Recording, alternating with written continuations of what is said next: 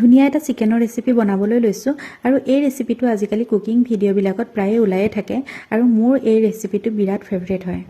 আৰু তাৰ বাবে মই প্ৰথমতে পেনখন গৰম কৰি লৈ তাতে পিঁয়াজ আদা নহৰু ভালদৰে ভাজি লৈছোঁ আৰু গল্ডেন ব্ৰাউন কালাৰ হোৱাৰ লগে লগে মই তাতে ধুই থোৱা চিকেনখিনি দিছোঁ আৰু লগত নিমখ হালধি জিৰা মিট মছলা আৰু জালুকৰ গুড়ি দি ধুনীয়াকৈ মাংসখিনি লৰাই আছোঁ। মাংসখিনি অকণমান সময় ভজাৰ পাছত তাতেই মই কাটি লোৱা আলুকেইটা দি দিছোঁ।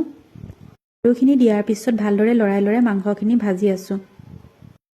আৰু এতিয়া মই 2টা কেঁচা জলকীয়া দি দিছোঁ। যদি আপোনালোকে জলকীয়া বেছিকৈ খায় তেতিয়াহ'লে বেছিকৈ দিব আৰু আমাৰ ঘৰত জ্বলা খোৱা ইমান নহয়, সেইটো কাৰণে মই জলকীয়াটো কমকৈ দিছোঁ, যিহেতু জ্বলা বেছি হ'লে ল'ৰাই খাব নোৱাৰে।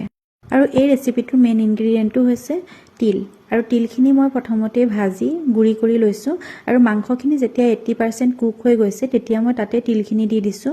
তিলটো জোখমতে দিব, মই ইমান কৈ দিব নোৱাৰোঁ যে ইমানখিনিয়ে লাগিব বুলি, নিজে এবাৰ চাই ল'লে ধৰিব পাৰিব। আৰু অকণমান পানী দিছোঁ যাতে মাংসখিনি অকণমান গ্ৰেভি হয়।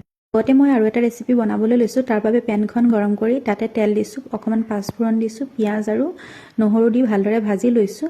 আৰু এয়া হৈছে বাবৰি শাক। বাবৰি শাকখিনি মিহিকৈ কাটি মই পেনখনতে দি দিছোঁ আৰু এতিয়া নিমখ আৰু হালধি দি ভালদৰে ভাজি আছোঁ।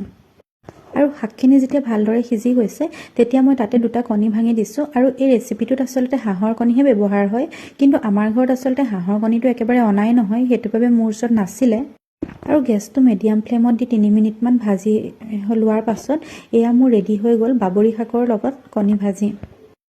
আৰু বাবৰি শাকৰ এই ৰেচিপিটো মোৰ বিৰাটেই প্ৰিয়।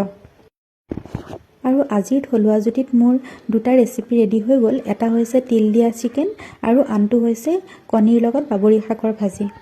আৰু এতিয়া মোৰ দুপৰীয়া থালিখন ধুনীয়াকৈ সজাই লৈছোঁ।